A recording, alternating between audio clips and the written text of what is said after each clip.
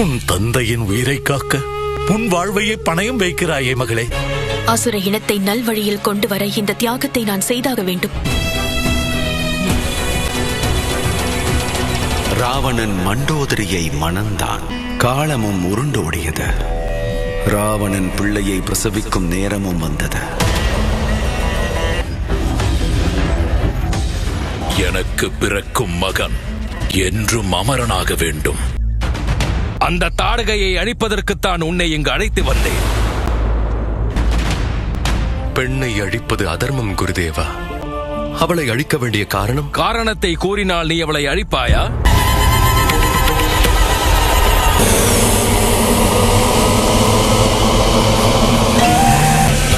அண்ணா, எனக்கு எதுவும் தெரியவில்லை.